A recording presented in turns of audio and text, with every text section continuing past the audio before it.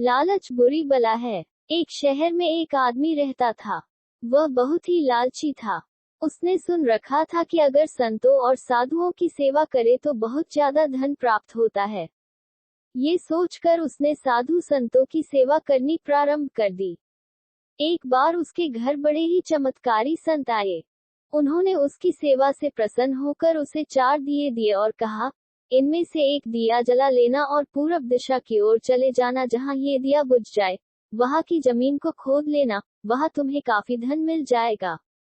अगर फिर तुम्हें धन की आवश्यकता पड़े तो दूसरा दिया जला लेना और पश्चिम दिशा की ओर चले जाना। जहाँ ये दिया बुझ जाए वहाँ की जमीन खोद लेना, तुम्हें मनचाही माया मिलेगी। फिर भी संतुष्टि ना हो तो तीसरा दिया जला लेना और दक्षिण दिशा की ओर चले जाना। उसी प्रकार दिया बुझने पर जब तुम वहां की जमीन खोदोगे तो तुम्हें बेअंत धन मिलेगा। तब तुम्हारे पास केवल एक दिया बच जाएगा और एक ही दिशा रह जाएगी। तुमने ये दिया न ही जलाना है और न ही इसे उत्तर दिशा की ओर ले जाना है। ये कहकर संत चले गए। लालची आदमी उसी वक्त पहला दिया जलाकर पूरब दिशा की ओर चला गया। दूर जंगल में जाकर दिया बुझ गया। उस आदमी ने उस जगह को खोदा तो उसे पैसों से भरी एक गागर मिली। वह बहुत खुश हुआ। उसने सोचा कि इस गागर को फिलहाल यही रहने देता हूँ, फिर कभी ले जाऊंगा। पहले मुझे जल्दी ही पश्चिम दिशा वाला धन देख लेना चाहिए। ये सोचकर उसने दूसरे दिन दूसरा दिया जलाया और पश्चिम दिशा की ओर चल पड़ा। दूर एक उजाड़ स्थान में जाकर दिया बुझ गया। वहां उस आदमी ने जब जमीन खोदी तो उसे सोने की मोहरों से भरा एक घड़ा मिला। उसने घड़े को भी यही सोचकर वही रहने दिया कि पहले दक्षिण दिशा में जाकर देख लेना चाहिए। जल्दी से जल्दी ज्यादा से ज्यादा धन प्राप्त करने के लिए वह बेचैन हो गया। अगले दिन वह दक्षिण दिशा की ओर चल पड़ा। दिया एक मैदान में जाकर बुझ गया। उसने वहां की जमीन खोदी तो उसे हीरे मोतियों से भरी 2 पेटियां मिली। वह आदमी अब बहुत खुश था। तब वह सोचने लगा, अगर इन तीनों दिशाओं में इतना धन पड़ा है तो चौथी दिशा में इनसे भी ज्यादा धन होगा। फिर उसके मन में ख्याल आया कि संत ने उसे चौथी दिशा की ओर जाने के लिए मन किया है। दूसरे ही पल उसके मन ने कहा, हो सकता है उत्तर दिशा की दौलत संत अपने लिए रखना चाहते हो।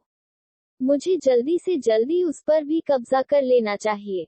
ज्यादा से ज्यादा धन प्राप्त करने की लालच ने उसे संतों के वचनों को दोबारा सोचने ही नहीं दिया। अगले दिन उसने चौथा दिया जलाया और जल्दी जल्दी उत्तर दिशा की ओर चल पड़ा। दूर आगे एक महल के पास जाकर दिया बुझ गया। महल का दरवाजा बंद था। उसने दरवाजे को धकेला तो दरवाजा खुल गया। वह बहुत खुश हुआ। उसने मन ही मन में सोचा कि यह महल उसके लिए ही है। वह अब तीनों दिशाओं की दौलत को भी यही ले आकर रखेगा और ऐश करेगा। वह आदमी महल के एक एक कमरे में गया। कोई कमरा हीरे मोतियों से भरा हुआ था। किसी कमरे में सोने के कीमती से कीमती आभूषण भरे पड़े थे। इसी प्रकार अन्य कमरे भी बेअंत धन से भरे हुए थे। वह आदमी चकाचौंध होता जाता और अपने भाग्य को शाबाशी देता। वह जरा और आगे बढ़ा तो उसे एक कमरे में चक्की चलने की आवाज सुनाई दी। वह उस कमरे में दाखिल हुआ तो उसने देखा कि एक बूढ़ा आदमी चक्की चला रहा है।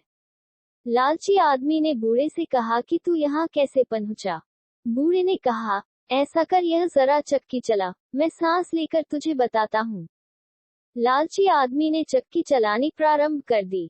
बूढ़ा चक्की से हट जाने पर ऊंची ऊंची हंसने लगा। लालची आदमी उसकी ओर हैरानी से देखने लगा। वह चक्की बंद ही करने लगा था कि बूढ़े ने खबरदार करते हुए कहा, ना चक्की चलानी बंद ना कर। फिर बूढ़े ने कहा, ये महल अब तेरा है, परंतु यह उतनी देर तक खड़ा रहेगा जितनी देर तक तू चक्की चलाता रहेगा। अगर चक्की चलनी बंद हो गई तो महल गिर जाएगा और तू भी इसके नीचे दबकर मर जाएगा।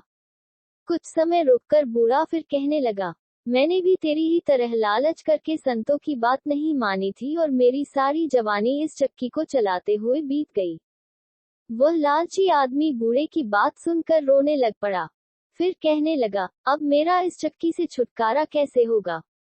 बूढ़े ने कहा, जब तक मेरे और तेरे जैसा कोई आदमी लालच में अंधा होकर यहाँ नहीं आएगा, तब तक तू इस चक्की से छुटकारा नहीं पा सकेगा।